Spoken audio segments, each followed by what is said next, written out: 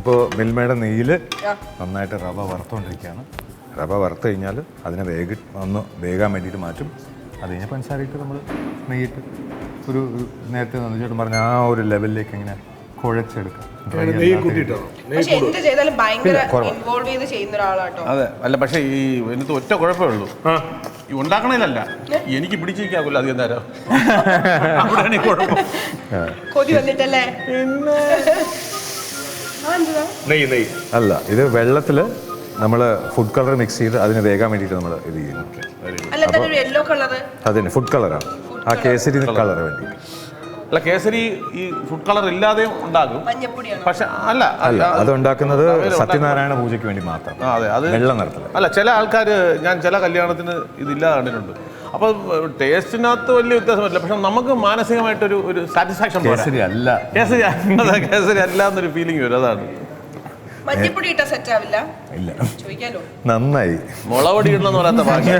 കൗതുക ലേശം കൂടുതലാണ്, മാപ്പാക്കണം. അതെ, എല്ലാം മഞ്ഞ കളർ. അത് റവ വേഗമാണ് നന്നായിട്ട്. ഈ കുക്കിങ്ങിനെ പറ്റി നല്ല വിവരമാണെന്ന് തോന്നുന്നു. സംശയങ്ങൾ ചോദിക്കുമ്പോഴേ എനിക്ക് വേണ്ടിട്ടല്ല, പ്രേക്ഷകർക്ക് വേണ്ടിട്ടാ. നന്നായി കേട്ടാ. ഈ സംശയം ചോദിക്കണം, തീർച്ചയായും ചോദിക്കണം. അധികം ആരോഗ്യമുള്ളവരോട് ചോദിക്കണ്ട. നന്ദിച്ചേട്ടൻ നേരത്തെ പറഞ്ഞുകൊണ്ടിരുന്ന ഇതിൽ ആർട്സ് കോളേജിൽ പഠിക്കുന്ന സമയത്താണ് നന്ദിച്ചേട്ടൻ ആദ്യമായിട്ട് സിനിമയിൽ അല്ലാതെ കാണുന്നത്. അതെ, അതിന്റെ തൊട്ടടുത്ത താമസം.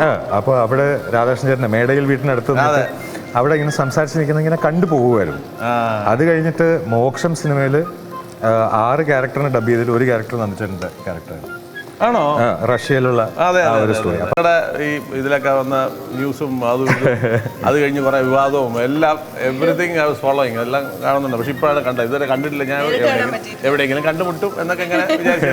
ഈ പറഞ്ഞതുപോലെ തന്നെ കണ്ടുമുട്ടി. എവിടെയെങ്കിലും പോകണം, പോയിട്ട് വന്നാൽ മതി. ഞാൻ പോവില്ല. നിങ്ങൾ മൂന്നുപേരും കൂടെ ഒന്നായി നിന്നിട്ട് എന്നെ ഇപ്പൊ ഫൈറ്റ് ചെയ്തോണ്ടിരിക്കാം. അതിനകത്തൊന്നും നിൽക്കണായിരുന്നു, വെളിയിൽ പോയി നിന്നെന്തിനാ? ഇടിച്ചു കയറണ്ടേ? ഞാനൊരു എക്സ്പീരിയൻസ് ചോദിക്കാൻ വന്നതാ കുറെ നേരിട്ട്. മറ്റേ തേന്മാവിൻ കുമ്പത്തിന്റെ മൂവിന്റെ ഒരു എക്സ്പീരിയൻസ് ഇങ്ങനെ സാറ് പറഞ്ഞ ഞാൻ കേട്ടിട്ടുണ്ട്. പക്ഷെ നിങ്ങളൊക്കെ ഷൂട്ടിന്റെ ഇടയിൽ പോയി മറ്റേ അടുത്തുള്ള ഏതൊരു പുഴയിൽ പോയി കുളിക്കുന്നു, ഭയങ്കര ടൂറ് പോയൊരു പിക്നിക്കിനൊക്കെ പോയൊരു വൈബായിരുന്നു. അല്ല, അത് ആ ഒരു ലൊക്കേഷൻ മാത്രം. അവിടെ ഈ നമ്മൾ കാളച്ചന്ത ഷൂട്ട് ചെയ്തല്ലോ, കാളച്ചന്ത ഉണ്ടല്ലോ അതിനകത്ത്, അതിൻ്റെ തൊട്ടടുത്ത് ഒരു കാട്ടരുവി ഒഴുകുന്നുണ്ടായിരുന്നു. അപ്പോൾ അത് യാദൃശ്യമായിട്ട് നമ്മുടെ ആർട്ടിൽ ആരോ കണ്ടുപിടിച്ചതാണ്. അങ്ങനെ അത് വന്ന് പറഞ്ഞു, ഞാൻ പോയി കണ്ടു, എനിക്ക് ഇഷ്ടപ്പെട്ടു. ഞാൻ ലാലേട്ടൻ്റെ അടുത്ത് പറഞ്ഞു, ലാലേട്ടൻ കാണാൻ പോകാമെന്ന് പറഞ്ഞു പോയി.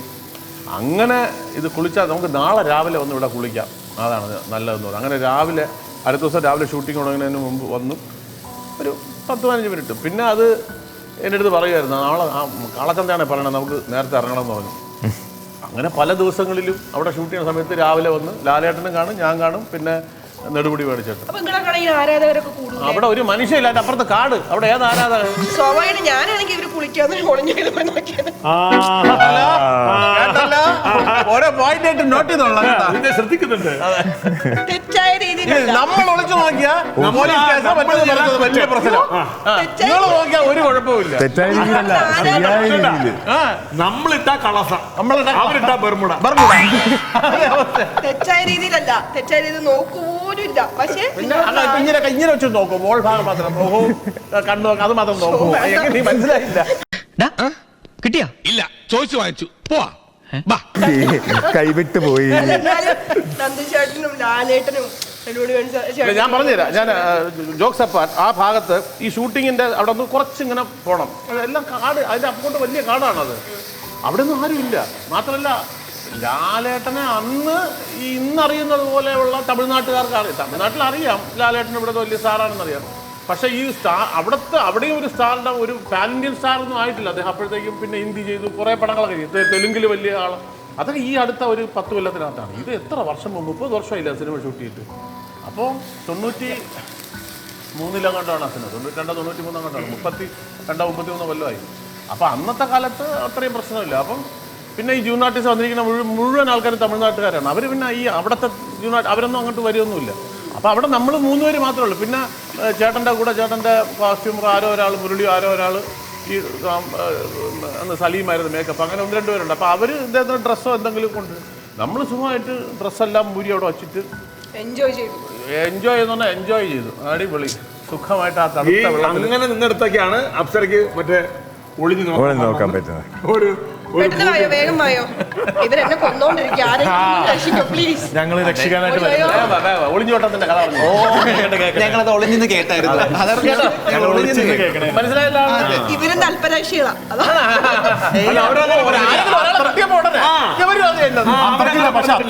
ഇത് പണ്ടത്തെ കാലത്തൊക്കെ ഈ നമ്മള് ഈ എവിടെയെങ്കിലും നമ്മൾ ഈ ജംഗ്ഷനിലൊക്കെ നിൽക്കുന്ന സമയത്ത് പണ്ടത്തെ കഥകളാണ്. അപ്പോൾ ഇതിനകത്ത് ഈ കൂട്ടത്തിൽ ഒരു കുഴപ്പക്കാരൻ കാണും. അവനോ പുകരടിക്കാരനോ എന്തെങ്കിലും കേസുള്ളവനായിരിക്കും. അപ്പൊ പോലീസ് പെട്ടെന്ന് ജീപ്പ് കൊണ്ട് നിർത്തിയിട്ട് ഇവനെ തൂക്കിയെടുത്ത് ഈ വണ്ടിക്കകത്തോട്ട് എടുക്കും. വണ്ടിക്കകത്തോട്ട് കയറി പോകും. അപ്പൊ ഇവനെ അറസ്റ്റ് എല്ലാവരും നോക്കിക്കൊണ്ടിരിക്കുക. അപ്പൊ ഇവനെന്ത് ചെയ്യുന്നറിയാമോ? ഈ വണ്ടിക്കകത്ത് കയറി ഒന്ന് ഗോപി ചെയ്തപ്പോ നമ്മളൊരു വെച്ചായിരുന്നു. ഇപ്പൊ ഞാൻ ഗോപി എന്ന് പറഞ്ഞവൻ ഇതുമായിട്ട് ഒരു ബന്ധമില്ലാത്തവനാ. അവൻ പൊക്കട അവനെ പൊക്കി അവൻ എന്തിനാ സാറേ കേരള വണ്ടിക്കകത്ത് ഒരു അടി കൊടുത്ത് കയറ്റിക്കൊണ്ട് അവനും വിട്ട് രണ്ടടി എന്ന് പറഞ്ഞത് അവര് വന്നതാ നടന്ന്. ഇതുവഴി അങ്ങനെ നടന്നു പോയതാ അവര്. അങ്ങനെ കറങ്ങി വന്നതാ. ഇവരുണ്ടെന്ന് അതില് കേസ് ഒരുമിച്ചങ്ങ് വരുമല്ലോന്നൊക്കെ. നല്ല ഏകദേശം അത് ഞങ്ങൾ നോക്കിക്കൊള്ളാം. സഹായം വേണോ? തീരാറായി. ഞാൻ കഴിച്ച് ടേസ്റ്റ് ഒക്കെ നോക്കി കഴിച്ചൊക്കെ കഴിഞ്ഞതിന് ശേഷം വേണമെങ്കിൽ സഹായത്തിന് വിളിക്കാം. കഴിക്കാൻ കേട്ടോ. എന്തെങ്കിലും ചോദിക്കാനുണ്ടോ? നന്ദു ചേട്ടാ, കോമഡി സെന്റിമെന്റ്സ് ഇതില് ഇതില് ഏതാണ് ചേട്ടന് ചലഞ്ചിങ് ആയിട്ട് തോന്നിയിരിക്കുന്നത്? ഏറ്റവും ചലഞ്ചിങ് എന്ന് പറഞ്ഞു കഴിഞ്ഞാൽ കോമഡി തന്നെയാണ്. ആണല്ലേ? ഒരാളെ 10 പേരെ കരയിപ്പിക്കാനായിട്ട് എളുപ്പമാണ്. അതെ അതെ. ഇപ്പൊ നമ്മുടെ കണ്ണ് നിറയുമ്പോൾ അയ്യോ പാവം എന്തോ വിഷമമുണ്ട് കേട്ടോ എന്ന് തോന്നുന്നത് ഒരു മനുഷ്യന്റെ സ്വാഭാവികമായിട്ടുള്ള ഒരു വികാരമാണ്. അതെ. അതേസമയം ചിരിപ്പിക്കാന്ന് പറഞ്ഞത് ഭയങ്കര ബുദ്ധിമുട്ടുള്ള അത് നമ്മൾ ചിരിപ്പിക്കാൻ വേണ്ടിയിട്ട് ഇങ്ങനെ കിളികളാകുമോ? ഒക്കില്ല. അപ്പൊ അത് പറയുന്നത് അത്ര ഗംഭീരമായ സാധനമായിരിക്കണം. അത് അവതരിപ്പിക്കുന്ന രീതി ഗംഭീരമായിരിക്കണം. എന്നാലേ ജനം ചിരിക്കുള്ളൂ. അപ്പം ഇപ്പോഴത്തെ പ്രശ്നം എന്ന് പറഞ്ഞാൽ ഒരുപ്പെട്ട നല്ല തമാശ ഇതെല്ലാം അമ്പിളിച്ചാട്ടം ചെയ്തു. അതെ. വൃത്തിയോടെ അപ്പം ബോറാവും. അപ്പം ചിരിക്കണതിന് പകരം എന്നുള്ള വികാരത്തിലേക്ക് പോകും ജനം. അപ്പം അത് വളരെ പാടാണ്. ഒരു നല്ല ഒരു തമാശ പറഞ്ഞ് ചിരിപ്പിച്ച് ഫലിപ്പിച്ചെടുക്കാൻ ഭയങ്കര പാടാണ്.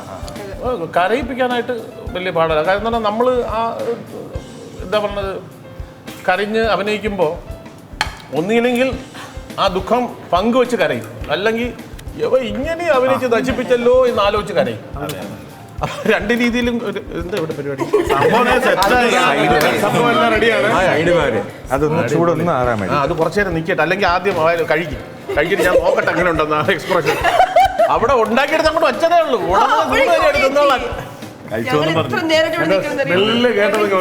കേട്ടപ്പോ ചേട്ടാ അവിടെ പിടിച്ച് നിൽക്കാൻ പറ്റും.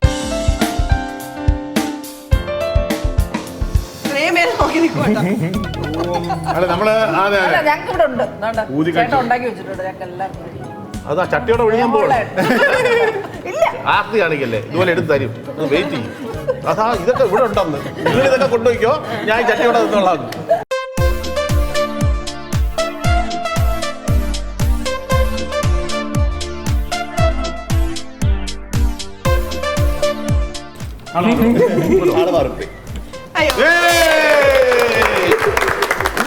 സൂപ്പർ,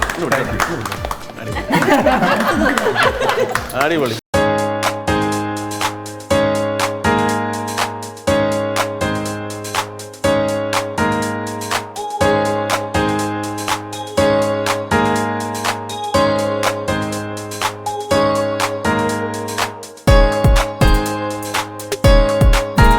അപ്പൊ ശരി, നിങ്ങളൊക്കെ പോവല്ലേ? കുറച്ച് കഴിഞ്ഞ് കാണാം.